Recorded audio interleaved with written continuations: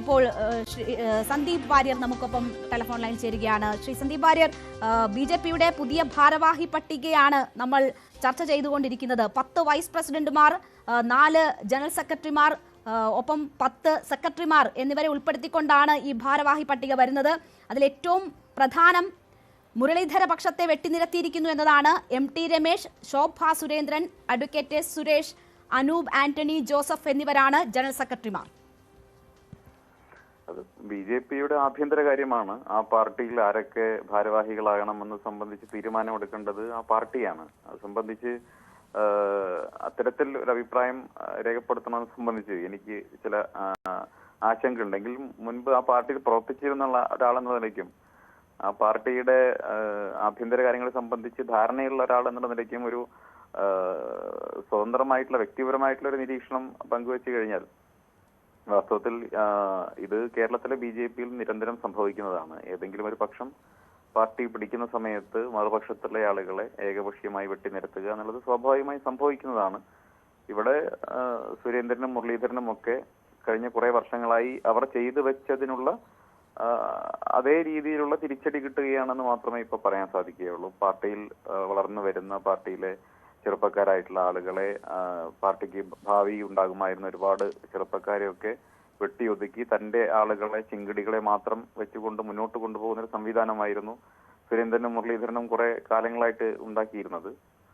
സ്വാഭാവികമായിട്ടും സുരേന്ദ്രന്റെയും മുരളീധരന്റെയും കയ്യിൽ നിന്ന് പാർട്ടിയുടെ നിയന്ത്രണം നഷ്ടപ്പെട്ടപ്പോൾ ഇപ്പോൾ മറുപക്ഷത്തുള്ള ആളുകൾ അതേ രീതിയിൽ ഒരുപക്ഷെ അവരെയും ഒതുക്കുന്നതായിരിക്കാം. എന്തായാലും ഇത് കാലം കരുതി വെച്ച കാവ്യനീതി എന്ന് മാത്രമേ പറയാനുള്ളൂ. എന്തായാലും സുരേന്ദ്രന് കുറച്ചുകൂടി വലിയ വിശാലമായ കസേര കിട്ടട്ടെ എന്ന് ഞാൻ ആത്മാർത്ഥമായി പ്രാർത്ഥിക്കുകയാണ്. അദ്ദേഹത്തെ ഒരു ജില്ലാ കമ്മിറ്റിക്ക് പോലും വിളിക്കുന്നില്ല എന്നാണ് ഞാൻ മനസ്സിലാക്കിയത്. തീർച്ചയായിട്ടും മുൻ സംസ്ഥാന പ്രസിഡന്റ് എന്നുള്ള നിലയ്ക്ക് അദ്ദേഹത്തിനെ സംസ്ഥാന യോഗങ്ങളിലൊക്കെ വിളിക്കേണ്ടതാണ്. പക്ഷേ അദ്ദേഹത്തെയും മുരളീധരനെയും അത്യന്തം മോശമായ രീതിയിൽ തന്നെ അവഗണിക്കുകയും ജില്ലാ യോഗങ്ങൾക്ക് പോലും വിളിക്കാതിരിക്കുകയും പലപ്പോഴും കല്യാണങ്ങൾക്ക് പോലും വിളിക്കേണ്ട എന്ന രീതിയിൽ പാർട്ടിയിൽ നിന്ന് നിർദ്ദേശങ്ങൾ പോയിട്ടുണ്ടെന്നാണ് ഞാൻ മനസ്സിലാക്കുന്നത്. പൊതു ഇടങ്ങളിൽ എവിടെയും സുരേന്ദ്രനെയും മുരളീധരനെയും കാണരുത് എന്ന നിർദ്ദേശം ബി.ജെ.പിയുടെ സംസ്ഥാന നേതൃത്വം കൊടുത്തിട്ടുണ്ട് എന്നാണ് ഞാൻ മനസ്സിലാക്കിയത്. അതൊക്കെ തീർത്തും ജനാധിപത്യ വിരുദ്ധമാണ്. വളരെ കഷ്ടമാണ്. ഒരു കാലത്ത് വലിയ രാജാധികാര പ്രൗഢിയോടുകൂടി കേരളത്തിൽ വിലസി നടന്നിരുന്ന 2 നേതാക്കന്മാർ ഇന്ന് എത്തപ്പെട്ടിരിക്കുന്ന ഗതികേട് കാണുന്ന സമയത്ത് തീർച്ചയായിട്ടും അന്നൊക്കെ രാഷ്ട്രീയമായിട്ട് നമുക്ക് പല വിയോജിപ്പുകൾ ഉണ്ടായിരുന്നെങ്കിൽ പോലും അവരുടെ ഇപ്പോഴത്തെ ഈ ഗതികേടും കഷ്ടപ്പാടും പ്രയാസമൊക്കെ കാണുന്ന സമയത്ത് മനപ്രയാസമുണ്ട്. അവർ ഈ എന്താ പറയാ, ഒരുപക്ഷെ മറ്റൊരുപാട് പേരോട് ചെയ്തത് ഇപ്പൊ അവർക്ക് തിരിച്ചു കിട്ടുന്നെന്ന് മാത്രമേ ഉള്ളൂ. എന്നാൽ പോലും തീർച്ചയായിട്ടും അവരെ ഈ പൊതുപ്രവർത്തന രംഗത്ത് നിന്ന് തന്നെ നിഷ്കാസനം ചെയ്യുന്ന രീതിയിൽ ബി.ജെ.പിയുടെ ഇപ്പോഴത്തെ നേതൃത്വം പെരുമാറുന്നു എന്നാണ് ഞാൻ മനസ്സിലാക്കുന്നത്. സന്ദീപ് വാര്യർക്ക് നീതി കിട്ടി എന്നാണോ? ഞാനിപ്പോ ബി.ജെ.പി ഒന്നുമല്ലല്ലോ. ഞാൻ കോൺഗ്രസ് പാർട്ടിയുടെ പ്രവർത്തകനാണ്. ഞാൻ വളരെ സജീവമായി ജനങ്ങൾക്കിടയിൽ കോൺഗ്രസിന്റെ സമര പോരാട്ടങ്ങളിൽ അണിചേർന്നുകൊണ്ട് ഇവിടെ ജനങ്ങൾക്കിടയിൽ പ്രവർത്തിച്ചുകൊണ്ടിരിക്കുകയാണ്. എന്നെ സംബന്ധിച്ചോളം ബി.ജെ.പിക്കകത്ത് ആർക്കൊക്കെ ഭാരവാഹിത്വം കിട്ടുന്നു എന്നുള്ളത് എന്റെ ഒരു പരിഗണന വിഷയമേ അല്ല. എന്തായാലും ഇതുകൊണ്ടൊന്നും ബി.ജെ.പി നന്നാകാൻ പോകുന്നില്ല. ബി.ജെ.പിക്ക് പ്രത്യേകിച്ച് ബി.ജെ.പി അതിന്റെ അടിസ്ഥാനപരമായ മതവർഗീയ പ്രത്യയശാസ്ത്രത്തെ ഉയർത്തിപ്പിടിച്ചുകൊണ്ട് മുന്നോട്ട് പോകുന്നിടത്തോളം കാലം ആ പ്രസ്ഥാനത്തിന് കേരളം പോലെ ഒരു ബഹുസ്വരമായ ജനത താമസിക്കുന്ന മണ്ണിൽ അതിനിടം കിട്ടുക എന്നുള്ളത് വളരെ പ്രയാസമേറിയിട്ടുള്ള സംഗതിയാണ്. അവരെത്ര മുഖം മിനുക്കാൻ ശ്രമിച്ചാലും, എത്രത്തോളം തങ്ങൾ മതേതരവാദികളാണ് എന്ന് മേക്കപ്പെട്ട് പറയാൻ ശ്രമിച്ചാലും ഉള്ളിലുള്ള അവരുടെ വർഗീയവാദികൾ അറിയാതെ പുറത്തോട്ട് വരും എന്നുള്ളതാണ്. പണ്ട് സുരാജ് വെഞ്ഞാറമൂട് സിനിമയിൽ പറയുന്നത് പോലെ, എത്ര പുറത്തേക്ക് വിനയം വാരിപ്പൊത്തിയാലും ഉള്ളിലുള്ള ഫ്രോഡുകൾ അറിയാതെ പുറത്തു വരുമെന്ന് പറയുന്നത് പോലെ ബി.ജെ.പി എത്ര വിനയം മുഖത്ത് വാരിപ്പൊത്തിയാലും ഉള്ളിലുള്ള അടിസ്ഥാനപരമായ ക്രൈസ്തവ വിരുദ്ധത, ഇസ്ലാം വിരുദ്ധത ഒക്കെ പുറത്തേക്ക് വരും. അതിപ്പോ ക്രൈസ്തവ വോട്ടുകൾ തേടാൻ വേണ്ടി അവർ ക്രിസ്മസ് കേക്കുമായി വീടുകളിലേക്ക് പോകും. ക്രിസ്മസ് വരുന്ന സമയത്ത് അവർ തന്നെ കരോൾ സംഘത്തെ അടിച്ചോടിക്കുകയും ചെയ്യും. ഇതാണല്ലോ കാണുന്നത്. ഇവിടിപ്പോ ഈ ജില്ലാ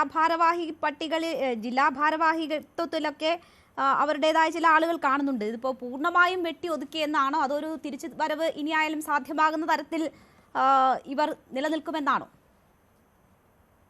അല്ല, ഇത് ഈ അവരുടെ ആളുകൾ എന്നൊക്കെ പറയുന്നത് ആപേക്ഷികമാണ്. അപ്പൊ അധികാരമുള്ളിടത്തേക്ക് ആളുകൾ പോവുക എന്നുള്ളതാണ് ബി.ജെ.പിയിൽ സംഭവിക്കാറുള്ളത്. അപ്പം സുരേന്ദ്രന്റെയും മുരളീധരന്റെയും കൂടെ ഇത്രയും ദിവസം ഉണ്ടായിരുന്ന ആളുകളൊക്കെ നാളെ രാവിലെ മുതൽ രാജീവ് ചന്ദ്രശേഖറിന്റെ പക്ഷത്തോടൊപ്പം നിൽക്കും, അല്ലെങ്കിൽ രാജീവ് ചന്ദ്രശേഖറിന്റെ പക്ഷത്തോടൊപ്പം ചേർന്ന് നിൽക്കുന്ന കൃഷ്ണദാസിനോടൊപ്പം നിൽക്കും എന്നുള്ളതാണ് സംഭവിക്കാൻ പോകുന്ന കാര്യം.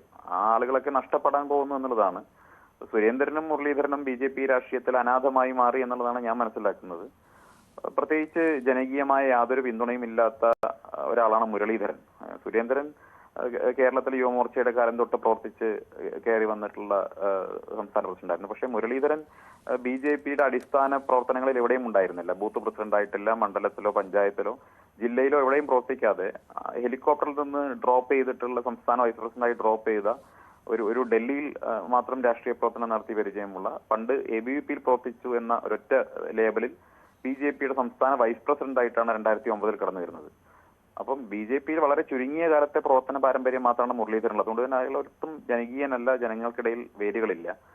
അതുകൊണ്ട് തന്നെ ഈ രണ്ടുപേരും കേരള രാഷ്ട്രീയത്തിൽ പ്രത്യേകിച്ച് ഇനി റോളുകളൊന്നും ഇല്ലാതെ മാറി നിൽക്കേണ്ടി വരും എന്നുള്ളത് തന്നെയാണ് ഞാൻ മനസ്സിലാക്കുന്നത്.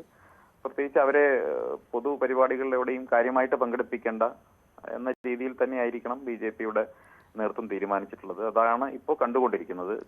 ജില്ലകളിൽ എവിടെയും പരിപാടികൾ കൊടുക്കുന്നില്ല. എന്നാൽ പരാതി ഒഴിവാക്കാൻ വേണ്ടി ചിലപ്പോൾ അവിടെ ഇവിടെ 1-2 പരിപാടികളിൽ പങ്കെടുപ്പിക്കുന്നതിലുപരിയായി പ്രധാനപ്പെട്ട ഡിസിഷൻ മേക്കിംഗ് എവിടെയും അവരെ ഉൾപ്പെടുത്തുന്നില്ല എന്നുള്ളതാണ് ഞാൻ മനസ്സിലാക്കുന്നത്. ശരി, എന്തായാലും വളരെ നന്ദി ശ്രീ സന്ദീപ് വാര്യർ ഈ അവസരത്തിൽ ഞങ്ങളോട് സഹകരിച്ചതിന്. മുരളീധരനും സുരേന്ദ്രനും അനാഥമായിരിക്കുന്നു എന്ന് പറയുന്നു. കാലം കാത്തുവെച്ച കാവ്യനീതിയാണ് ഇത് എന്ന് പറയുന്നു. രണ്ടുപേരെയും പ്രധാന പരിപാടികളിൽ ഉൾപ്പെടെ വിളിക്കേണ്ടതില്ല എന്നതാണ് പാർട്ടിയുടെ നിർദ്ദേശമെന്നും ഒക്കെയാണ് സന്ദീപ് വാര്യർ ഈ സാഹചര്യത്തെ നോക്കിക്കാണുന്നത്.